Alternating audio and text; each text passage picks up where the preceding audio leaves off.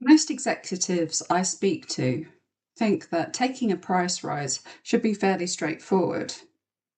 Costs go up, prices go up. Simple, right? But inside most organizations, things don't work as smoothly when it comes to price rises. So here's a simple question. When your organization takes a price rise, who actually manages it and what's the process? Is it finance, sales, marketing? Or does it depend on, a particular person or a certain situation? In many organizations, that question really doesn't have a clear answer. Hello, I'm Joanna Wells. I'm the founder of Taylor Wells Advisory, and we focus specifically on improving margin through pricing strategy. In this podcast, I'd like to share some of my experiences of working with companies on pricing strategy, what tends to work with a price rise, and what often makes price rises really far more difficult than they need to be. Now, over the past few years, we've all seen a lot of cost pressure and disruption. There's been supply chain issues, commodity price increases, fluctuations, lots and lots of inflation, global instability, wars, political tensions, you name it. For many companies, that's meant, you've got to really move quickly with costs to cover your margin. And that's usually when organizations realize how difficult pricing actually can be. From the outside looking in, pricing looks simple. I've actually had someone say to me, how difficult can it be? You just add, 5 to 10% on costs. Right, give that a go. But inside the organization, when you're actually doing it and you want to do it well, you realize calculating prices, planning a price rise, changing prices in a system, it really does affect almost everything in an organization and almost every team, from finance, sales, marketing, operations, IT. And if these teams aren't aligned, things really start to become complicated. And often, from my experience, the problem really starts with something quite simple, really basic, and it's about ownership. Inside most companies, no one really owns pricing. Yeah, people might put their hand up and say, I'll do a bit of pricing. Yeah, I'll help you out. I'll change those prices in the system. But no one really is accountable for pricing. I've even seen pricing teams that say, I'm not accountable for pricing. So, okay, if you've got that dynamic happening and you've got, a lot of opinions around pricing, that's for sure, a lot of opinions, but no one will actually go, oh yeah, hand up, I did that. This is my decision. I own that decision. So when a price rise is necessary, when it's needed, when you've got your executives that said, we really need to take a price rise, we need to cover our costs, people have to come together and coordinate and start making decisions quickly. And that requires ownership and it requires accountability. And here, that's where the weakness in the process, even if there is a process, starts to show. Okay, let me think of an example for you here. All right, so finance manager might calculate the cost increase at price rise time.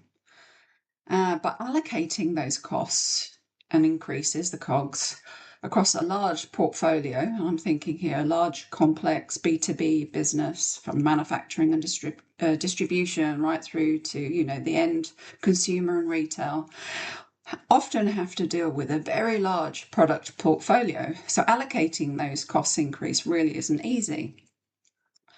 I've worked I've worked with many of these types of businesses. I'm thinking of one in particular. It's the B2B complex manufacturing business, where the finance manager had to apply a cost increases across a huge range. It was 350,000 SKUs.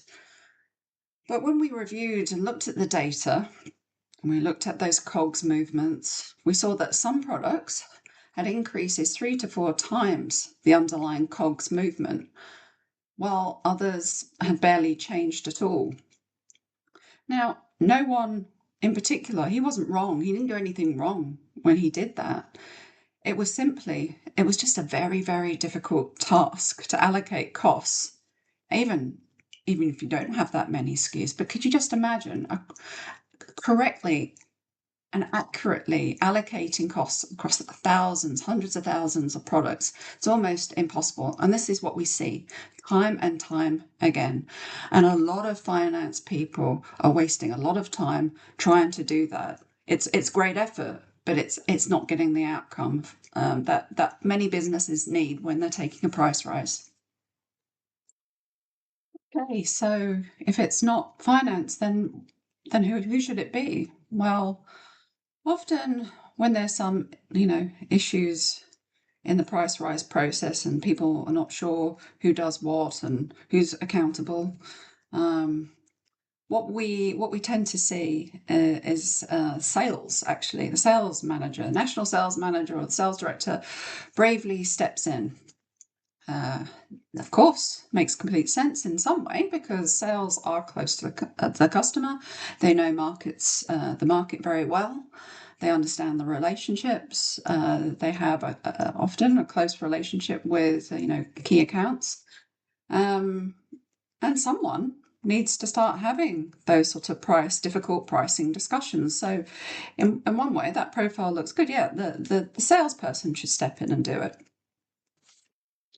I actually remember one company I worked for, an engineering, B2B engineering parts business. They were taking a price rise and leadership had approved the price percentage. Everything was going well and finance had calculated the prices. Marketing had prepared some beautiful letters and everything looked really good. Everyone was like, yeah, we're ready to go. But once the increase went to market, what we found actually was that sales teams had to start adjusting the price increase from the original plan. And they'd done it customer by customer and sometimes at the line item, SKU by SKU. Some increases were reduced, some were delayed, some conversations were completely avoided. Some sales teams just dread having to discuss price with customers, especially an increase. Oh no. So, what we found, it wasn't that they were trying to resist, or they're actually very compliant with the strategy and they knew that it needed to happen. You need to take a price rise, but they were simply almost trying to protect themselves in some way and protect the relationship. It's so difficult, I realized, to keep that relationships and make new business growth is incredibly difficult. And then we've got to have that difficult conversation with the customers. Say, we're going to increase your prices.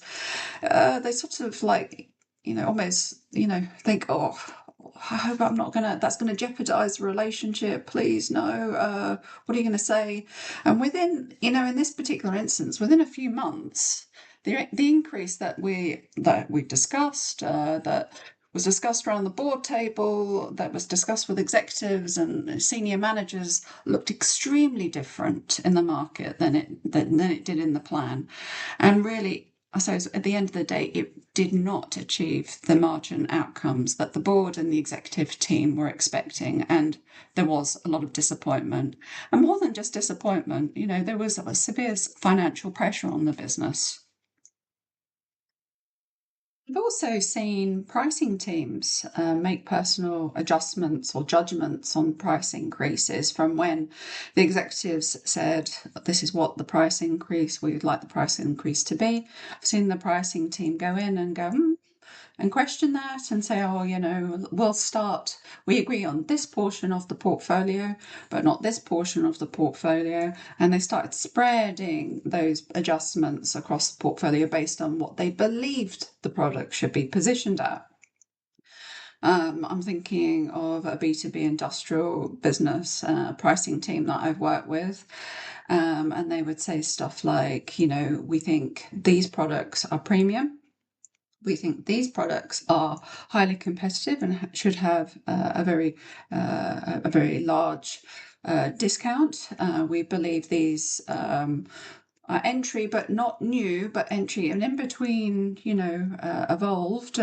So we're going to put this percentage on it, and it actually got quite complex. It was a criteria for sure. It's better than nothing, but the increases would be redistributed across the range based on their internal view, and they'd all agree as a team that they were correct. And on paper, it really did make a lot of sense. But those decisions that were being made were not validated by the market response, elasticities that we were getting. It was validated by their own internal views and emotions about value. And it actually conflicted. There was a big conflict, really, between the view of the pricing team and of the executive team, who did believe that, that the increases that they wanted to occur in the market were being questioned. And look, there's nothing wrong with challenging, opinions on value. It's actually a very healthy way to be, but it should always be backed with evidence. And in this case, in this instance, we saw that the viewpoints of the pricing team were not reflected in the market. Customers did see value in a different way. And sometimes, these two views are quite different, and I highly recommend that you get that cross references different data sources just to cross check your viewpoints. And there are processes, customer value discovery processes, research that you can do just to cross check your data, your opinions, your internal belief systems, because that's the best way to get the outcome that you need. Sometimes it's good to be challenged. There's sort of more of an operational systems data side to increasing prices that I think we should consider as well. Updating price lists across systems within an ERP can be incredibly difficult.